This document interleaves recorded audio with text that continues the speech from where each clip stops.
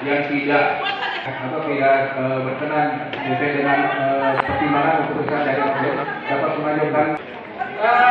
Kami sebagai kuasa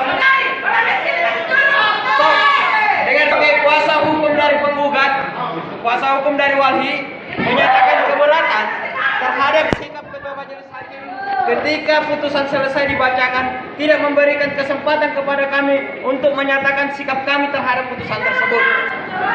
Itu yang pertama. Yang kedua,